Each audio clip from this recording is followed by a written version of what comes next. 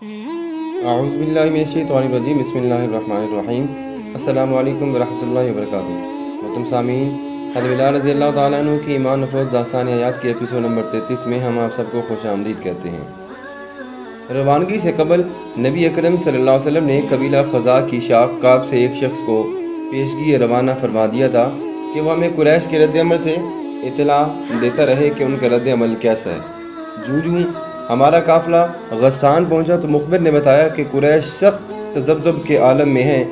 متولیان کعبہ کی حیثیت سے وہ کسی کو طواف کعبہ کی اجازت دینے سے انکار نہیں کر سکتے کہ یہی ان کی فضیلت کا ایک بڑا جواز تھا، اور دشمنان اسلام کی حیثیت سے وہ یہ برداشت نہیں کر سکتے تھے کہ محمد صلی اللہ علیہ وسلم کثیر تعداد میں اپنے صحابہ کے ساتھ مکہ میں داخل ہوں اور عزت و وقار کے ساتھ عبادت کر کے واپس چلے جائیں۔ تمام عربستان میں چہمگوئیاں شروع ہو جائیں گی۔ قریش کی رہی سہی ساکھ جو ان کی لوگوں پر قائم تھی وہ بھی ختم ہو جائے گی کہ ان کا سب سے بڑا منہ بولا دشمن خود ان کے شہر میں شان و شوکت سے داخل ہو کر اطمینان سے عبادات کر کے ان کے سینے پر مونگ دلتا ہوا تزک و احتشام کے ساتھ واپس چلا گیا۔ تمام صحرائے عرب میں قریش مکہ کی ہوا اکھڑ جائے گی۔ انکار کریں تو ایک عظیم روایت کی قربانی ہوتی ہے، کیونکہ وہ تو صرف کعبے کے متولی تھے اور کعبہ تمام عرب کی یکساں ملکیت تھا۔ اقرار کریں تو یہ قریہ بدنام ہوتے ہیں، قریہ بدنام ہوتے ہیں۔ بیچ کا کوئی راستہ نظر نہیں آتا تھا۔ پھر بھی اپنے چند حلیفوں کی رائے کے خلاف انہوں نے خالد بن ولید رضی اللہ تعالیٰ عنہ کو روانہ کر دیا کہ وہ مسلمانوں کا راستہ روکنے کی کوشش کریں۔ راستے میں ہمیں یہ بھی خبر مل گئی، اس وقت حضرت خالد بن ولید رضی اللہ تعالیٰ عنہ بھی مسلمان نہیں ہوئے تھے۔ حضور نبی کریم صلی اللہ علیہ وسلم نے یہ سنتے ہی مجھے حکم دیا کہ میں کسی ایسے شخص کو تلاش کر کے لاؤں جو قافلے کو کسی متبادل اور غیر معروف راستے سے لے کر چلا جائے۔ قافلے میں بنو اسلم نامی ایک شخص شامل تھا جو صحرائے عربستان کے اس حصے کے چپے چپے سے واقف تھا۔ میں نے اسے نبی کریم صلی اللہ علیہ وسلم کی خدمت میں پیش کیا اور وہ قافلے کو عام راستے سے ہٹا کر سمندر کی طرف لے گیا اور وہاں سے ایک نہایت دشوار گزار راستے پر چلتا ہوا حدیبیہ کے درے پر آ تک پہنچ گیا۔ یہاں سے مکہ ایک منزل بھی دور نہیں تھا۔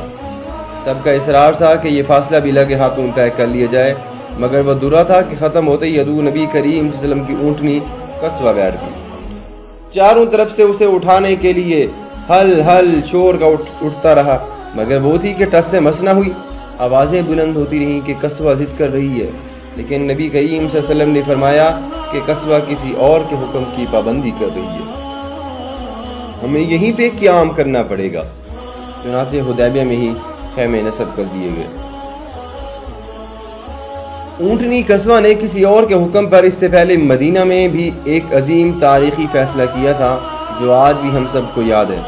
حضرت خالد بن ولید جو مدینہ سے آنے والے تمام جانے پہچانے راستوں پر ہماری تلاش میں بے نیل و مرام پھرتے پھراتے مکہ کے نوا میں آئے تو یکا ہمارے قافلے کو مکہ کے اس قدر قریب دیکھ کر سخت پریشان ہو گئے اور انہوں نے فوراً جا کر مکہ میں قریش کو اطلاع دی۔ اب قریش کے پاس زیادہ سوچنے کا وقت بھی نہیں تھا۔ بنو خزاع جو کبھی خانہ کعبہ کے کلید برادر بھی تھے قریش کے حریفوں میں سے تھے، اس لیے کہ بنو بکر جن سے ان کی دشمنی تھی قریش کے حلیف بنے ہوئے تھے۔ بنی خزاع کے قبیلے بنو اسلم، بنو کعب اور بنو مستلق پیغمبر اسلام صلی اللہ علیہ وسلم کو اچھا سمجھتے تھے، حالانکہ وہ ابھی تک حلقہ اسلام میں داخل نہیں ہوئے تھے۔ قریش کا ان سے براہ راست کوئی جھگڑا نہیں تھا، لیکن وہ ان کو مشکوک نظروں سے دیکھتے تھے۔ جس وقت قریش کو خالد بن ولید رضی اللہ تعالیٰ عنہ نے ہمارے حدیبیہ پہنچ جانے کی اطلاع دی، اس وقت بنو خزاع کا ایک سردار بدیل بن ورقہ بھی وہیں مکہ میں موجود تھا۔ وہ یہ خبر سنتے ہی حدیبیہ روانہ ہو گیا۔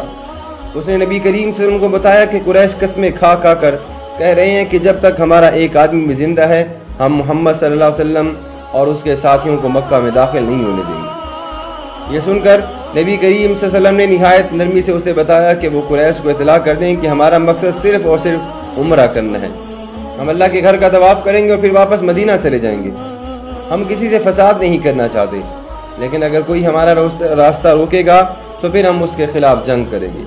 یہ کہہ کر وہ کچھ دیر خاموش رہے، پھر فرمایا اگر قریش کو سوچنے کے لیے کچھ اور وقت درکار ہے تو ہم تیار ہیں، اور وہ جو احتیاطی تدابیر اختیار کرنا چاہیں کر لیں، مگر اللہ کے گھر کا راستہ نہ روکیں۔ بدین مکہ جا کر نبی کریم صلی اللہ علیہ وسلم سے اپنی ملاقات کی تفصیل اور قریش سے جو بھی باتیں ہوئی تھی وہ سب ان کو آگاہ کیا، اور مسلمانوں کے پرامن مقاصد بھی بیان کیے، مگر قریش کی کوئی تسلی بخش بات چیت نہ ہوئی۔ بنو ثقیف کے عروہ نے پیشکش کی کہ وہ خود حدیبیہ جا کر ساری تفصیلات معلومات حاصل کر کے قریش کو اطلاع کریں گے۔ میں قربانی کے اونٹوں کے پاس ناجیہ سے باتیں کر رہا تھا کہ عروہ کے آنے کی اطلاع ملی۔ میں فوراً لپک کر گیا اور عروہ سے اس کے آنے کا مقصد پوچھا۔ اس نے اپنا مقصد بیان کیا تو میں اسے حضور نبی کریم صلی اللہ علیہ وسلم کے خیمے میں لے گیا۔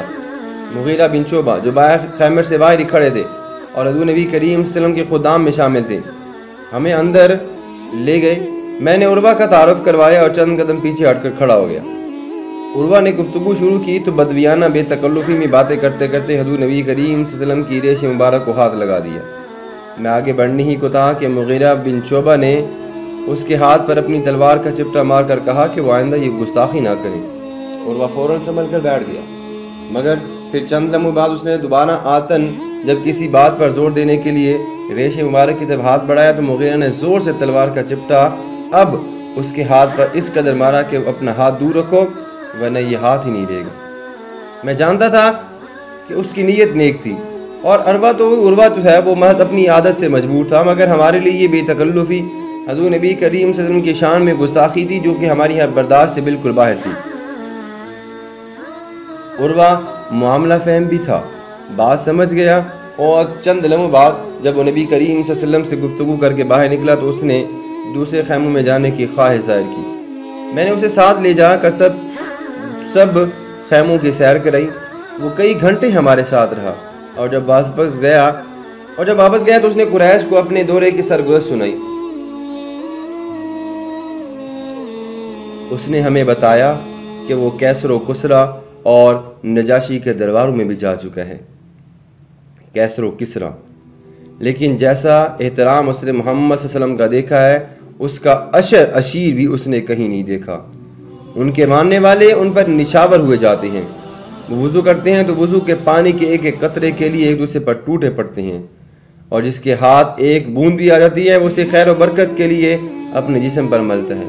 میرا خیال ہے کہ محمد صلی اللہ علیہ وسلم کی جو تجویز ہے وہ مناسب اور ہمیں تسلیم کر لینی چاہیے۔ ادھر سرور کائنات صلی اللہ علیہ وسلم نے بھی بنو کعب کے خراش کو اپنا سفیر بنا کر قریش کی جانب روانہ کر دیا۔ اکرمہ بن ابو جہل نے اس کی بات سننے سے پہلے ہی اس کے اونٹ کو باندھ کر اسے گرفتار کر لیا، مگر بعد میں لوگوں کے کہنے سننے پر اسے رہا کر دیا۔ خراش نے واپس آ کر حضور نبی کریم صلی اللہ علیہ وسلم کو عرض کی کہ میں ایک بے وزن آدمی ہوں، آپ کسی ایک ایسے شخص کو بھیجیے گا کہ جس کا مکہ میں کوئی حلیف ہو۔ چنانچہ نبی کریم صلی اللہ علیہ وسلم نے عمر رضی اللہ تعالیٰ عنہ کو تجویز فرمایا، اور پھر عمر کے کہنے پر عثمان رضی اللہ تعالیٰ عنہ کا نام تجویز ہوا، کیونکہ ان کے قبیلے کے کئی عزیز مکہ میں رہتے تھے۔ عثمان مکہ میں پہنچے تو قریش انہوں نے اپنے تمام مسلمانوں کو مکہ میں آنے کی اجازت تو نہیں دی، البتہ انہیں کہا کہ وہ خود خانہ کعبہ کا طواف کر لیں، مگر عثمان رضی اللہ تعالیٰ عنہ نے یہ پیشکش قبول نہیں کی۔ ابن ابی کو بھی قریش اپنا ہم خیال ہی سمجھتے تھے، انہیں بھی قریش نے طواف کی پیشکش کی، مگر انہوں نے جواباً کہا کہ جب تک اللہ اور اس کے رسول صلی اللہ علیہ وسلم کا طواف نہیں ہوتا میں طواف نہیں کر سکتا۔ حضور نبی کریم صلی اللہ علیہ وسلم کو یہ بات معلوم ہوئی تو آپ نے بے حد خوشی کا اظہار بھی فرمایا۔ حضرت عثمان رضی اللہ تعالیٰ عنہ کو قریش سے گفت و شنید میں توقع سے زیادہ وقت لگ گیا۔ ہم سب پریشان تھے، ان کی طرف سے کوئی خبر نہیں آ رہی تھی۔ اسی پریشانی کے عالم میں یہ افواہ پھیل گئی کہ حضرت عثمان رضی اللہ تعالیٰ عنہ کو قریش نے شہید کر دیا ہے۔ اب اضطراب جو تھا وہ حد سے بڑھ گیا، ہر چہرہ پریشانی پر فکر کے آثار تھے اس پہ۔ چھوٹے چھوٹے حلقوں میں لوگ بٹے ہوئے تھے، لوگ اپنی استعداد کے مطابق اس معاملے پر گفتگو کرتے نظر آتے تھے۔ قریش نے اپنی دشمنی میں ماہ ذیقعد کی حرمت کا بھی پاس نہیں کیا۔ سب نے اپنی تلواروں کے قبضوں پر ہاتھ رکھ کر حضرت عثمان رضی اللہ تعالیٰ عنہ کے خون کا بدلہ لینے کا اعلان کیا۔ نبی کریم صلی اللہ علیہ وسلم نے فرمایا کہ میں انتقام لیے بغیر یہاں سے ایک قدم پیچھے نہیں ہٹوں گا۔ اسی اثنا میں نبی کریم صلی اللہ علیہ وسلم پر وحی کی سی کیفیت طاری ہونے لگی۔ وہ ایک کیکر کے درخت سے ٹیک لگا کر کھڑے ہو گئے اور بیعت جہاد کی دعوت فرمائی۔ یہ وہی بیعت ہے کہ جس کا ذکر قرآن مجید میں ہمیں ملتا ہے، جو بیعت رضوان کے نام سے مشہور ہے۔ قرآن مجید میں اللہ نے فرمایا، اے پیغمبر صلی اللہ علیہ وسلم، جب مومن تم سے درخت کے نیچے بیعت کر رہے تھے اللہ ان سے خوش ہوا اور وہ اللہ سے راضی اور خوش ہو گئے۔ محترم سامعین، یہ تھی حضرت بلال رضی اللہ تعالیٰ عنہ کی ایمان افروز داستان حیات کی ایپیسوڈ نمبر 33 جو کہ یہاں پہ مکمل ہوتی ہے۔ جلد انشاءاللہ آپ کی خدمت میں ایپیسوڈ نمبر 34 لے کر حاضر ہوتے ہیں۔ اپنا خیال رکھیے۔